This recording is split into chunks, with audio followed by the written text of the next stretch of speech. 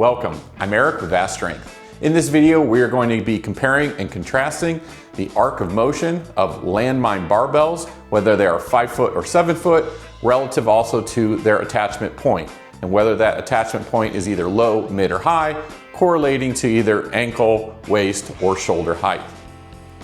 I'm going to be discussing the resistance curve as it relates to that, and hopefully you'll find this video fun to watch and a little bit educational as well.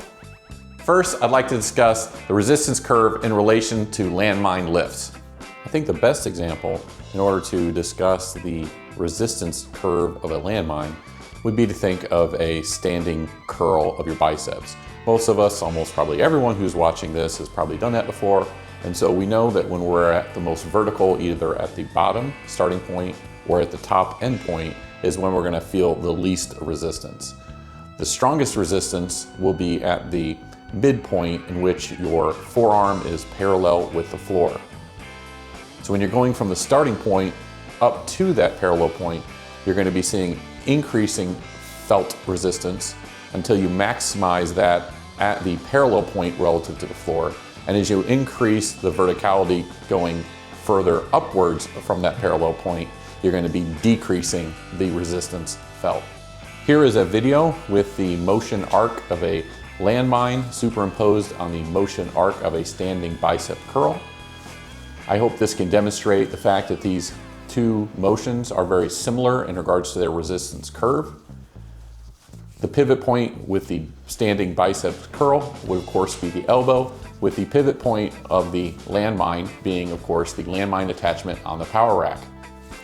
At the point at which the forearm is parallel with the ground, as previously discussed, and at the point where the barbell is parallel to the ground, would be the point at which the maximum weight or force would be felt at the end of the lever arm.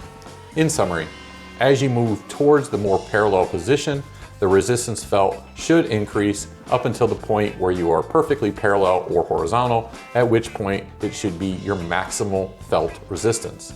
In contrast, as you move further away from the parallel position, you should see a decreasing resistance felt up until a most minimal resistance felt at the most vertical orientation. For the remainder of this video, I'm going to run you through a number of layered video clips in which you're going to be able to contrast the different barbell lengths and also the different attachment heights.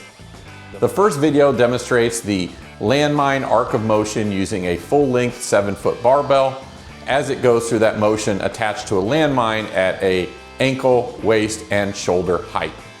Similarly, the second video will do the same thing except using a 5-foot length barbell. Following those first two videos, there'll be 3 more videos in which there will be a contrast between the 5-foot and the 7-foot barbells directly using landmine attachments at the low, mid, and high point respectively.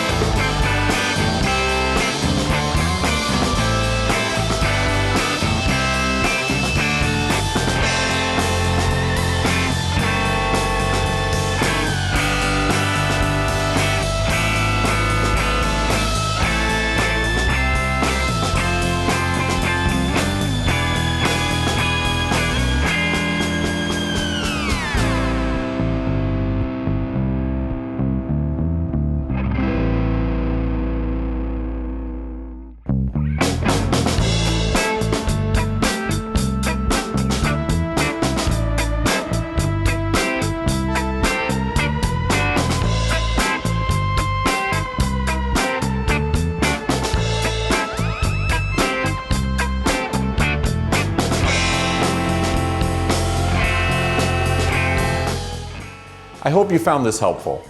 Please bear in mind, I am not an expert in this field. The genesis of the videos that you saw today was simply a dude on the internet who at home was trying to get smarter in regards to how he was utilizing landmine lifts in his home gym. That is all.